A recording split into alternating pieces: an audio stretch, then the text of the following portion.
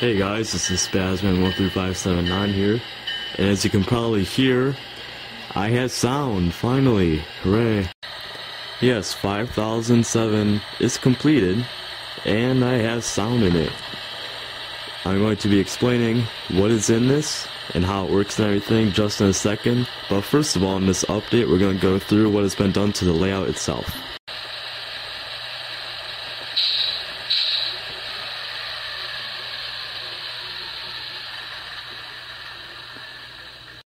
Alright guys, I hope you enjoyed that little intro there. But anyways, there's been, I'd say, a pretty decent amount of things done to layout. I'm finally able to run trains on the outer loop of track, and that's because the outer loop of track is finished. Now, the track itself is finished, but the actual board isn't finished, but I'll get to that in a second. And I have to put cork down as well. Anyways, here we have the yard back here, double crossover, and then all this track's new, goes around here. I was seeing how many cars my SP GP38-2 could pull, so I have a big train going here. Excuse me, but yeah, there's a track going along there. As you can see, it kinda got messed up right there. I'm gonna redo that section. You probably can't tell, but when a car goes over it, it just doesn't really like it, and I don't want to lose anything right there because otherwise it'll go underground. But yeah, so a steep incline right here, too steep of an incline I think, and then it goes over here. There's a switch right here that's going to be going way over there into the industrial area thing. The Amtrak station is going to be there. It continues, and then goes over there, and over there there's two more switches, and that's going to be for another double crossover. As you can see though, it's a big jump from the pink foam to the original white foam. And that's because the pink foam is 1 inch and the original pink foam is 2 inches. Here's another example of it right here. You can see a major difference. So it's like a very big grade that it has to go up, and I'm going to be changing that because I'm going to be putting a second layer of pink foam on. As you can probably tell, it's not really perfect. It's kind of wavy and bumpy, so I'm going to be fixing that by buying 2 more sheets of 1 inch foam, putting it on top of it. It'll make it a lot more rigid. It'll just help it overall. So yeah, the track is usable, but it kind of derails in spots. Doesn't want to work too well, but it works, and if I want to run trains around, I finally can.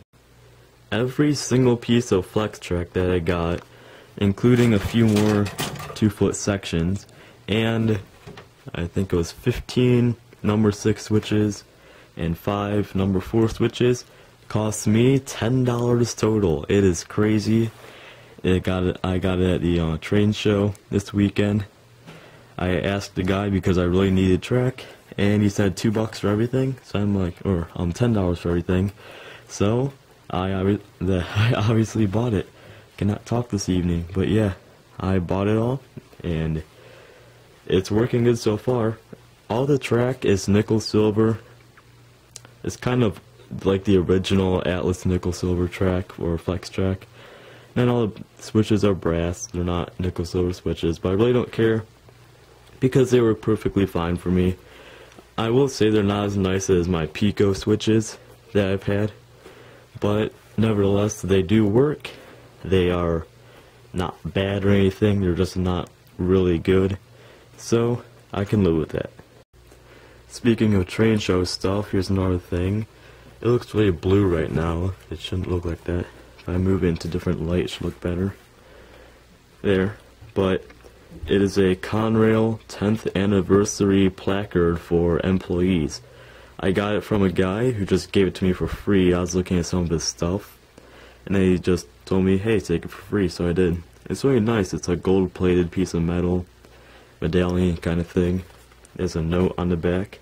If you want to read it, pause right now. But yeah. So it's pretty cool for free. I mean, you can't really beat anything that's free. And then it's not going to want to go back on. There we go. But yeah. And here's another thing that I got from that guy. I got this NYC Baldwin S12 from him. It was a powered unit with custom lighting he had installed. He custom weathered it too. He did kind of detail work by painting some of the handrails and things. It makes it have a lot more detail. And I got it for $5. And it's a new Athearn drive with the Northwest Short Line wheel set. It has the special lights up front. But right now it is not a powered unit because the powered unit I have is Conrail 2226. This little thing. See if I get it running here. I'll select it. When Athearn Blue Box, it works okay. Not great or anything, but it does work. It does work pretty good. This was given to me for free by Paul Springowski, otherwise known as Norfolk Southern Model, or GTW 4918. He just gave it to me as an unpowered unit, so I swapped the chassis from that to that since it was the same exact thing. And it works really good. So I'm happy about that. It has a damaged TCS T1 decoder in it. It doesn't have all of its lighting functions, but it has the front and rear headlights, so that's all I really care about for that engine. I will be finding a drive for this shortly, but just for a moment I wanted 2226 to run, so it has the drive in it. But yeah, this is a really good engine for $5, and the other one was free, so I mean, really good deal. I also got 5 of these Atlas decoders that come in the Master Series locomotives. I got 5 of them for $10, which is a really good deal, $2 a piece. I cannot figure out why this one is not running in my Blue Box GP40-2 Seaboard engine. If you have any suggestions about it, tell me. I have the negative hooked up to the front lead where it should be. The 2 positives hooked up to there, like that. It was working perfectly fine, and then it just decided to not work. The decoder still works, but it just won't respond to anything. I'll try this one later. It might just be a faulty one. For $2, you can't really complain if it's bad. The guy just took these out and put TCS A6X decoders in all of his Atlas stuff. So he had these left over, and he was just selling them, and I got them for $10, and I have the other ones laying around here somewhere. I'll put them in a couple of other engines that need decoders. My Athearn Genesis 6232 F7 unit got lights in it. As you can see on top, there's a gyro light, and on the bottom there are the standard lights. It's kind of bright right now because these are the standard bulbs that the Genesis comes with. So they might be burning out soon. I might have to switch to LEDs, I'm not sure. But it looks pretty good right now. And here's the main attraction, I guess you could call it. It is cotton belt number 5007. I have finished painting it, and it came out really good in my opinion. It has a bell, or a roof mounted bell, right there, Sinclair antenna, and a Leslie RS5T horn. They did have P3s, but I didn't have one. I didn't want to waste the money on one. And I think the RS3L looks a lot cooler. It also has the SP nose lights. Marker lights will be installed on it. The trucks and fuel tank are weathered slightly. There's the back of it with the light cluster. The lights are not working right now, and I'm going to have a question for you guys about that in a second. But first of all, let's get the unit running.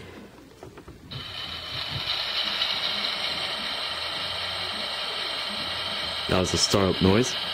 This is an MRC decoder for an SD40-2, the Kato drop-in style. But the thing is, it has a 567 option on it.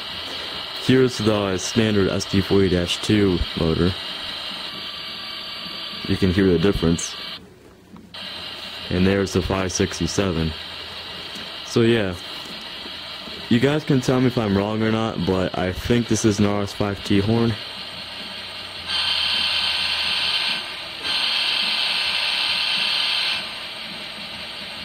And I think this bell should be correct.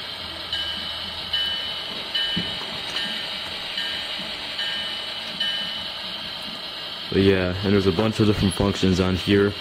One thing I was going to ask you guys, this has the ditch light functions on it.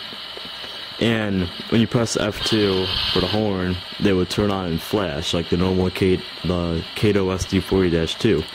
The thing is, since this doesn't have ditch lights, I'm wondering if those can be programmed for, say, a normal Digitrax DH123 decoder for the green and purple wires, or function 1, function 2.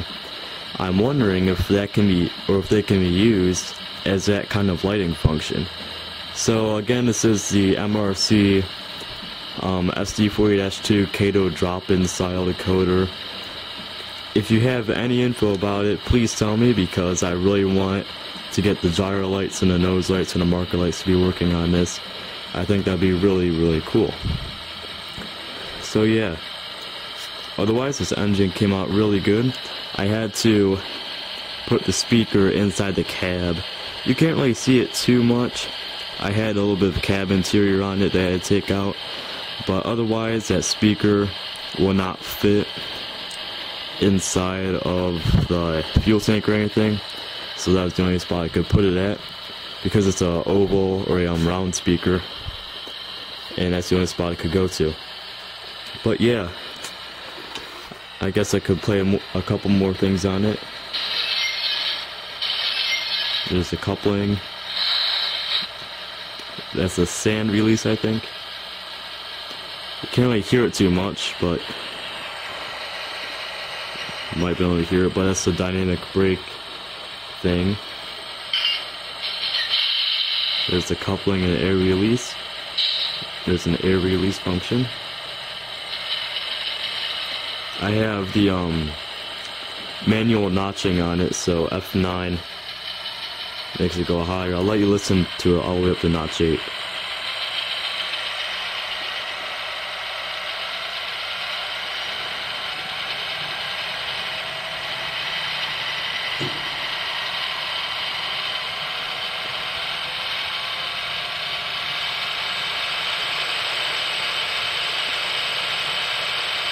I'll take it back down.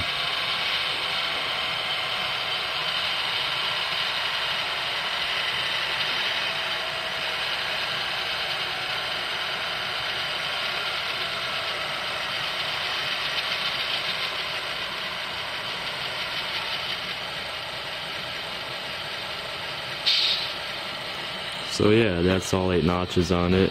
Like I said, it has the 645 engine on it with the turbo. Then it has the off function where you can just control the horn and the bell and stuff like that, or the air release, I think, maybe not. Oh, yeah. Okay. But yeah, it's a great decoder, and I got it for $20, brand new in the package, never used, including the speaker. $20. It was really, really good deal. I was very happy about it. The train show itself, for me selling things, didn't go too well. I was surprised to see that barely anybody was actually purchasing any products. Turn it off there. But yeah, a lot of people were not even buying anything. Normally, I know we're in a quote-unquote recession, but I always see people buying a bunch of things, and this time there was not too many people buying anything, which was kind of surprising because normally there's a lot of people getting stuff. So yeah, here's one more thing, I guess. Not anything really big, but I did weather this B&O covered hopper. I wonder if it'll focus. There it goes. I did weather that. It came out pretty good. So yeah, that is about it. thank you guys for watching this update. I hope it didn't get too long, you know, it probably did. My last update was a freaking half hour. That was crazy.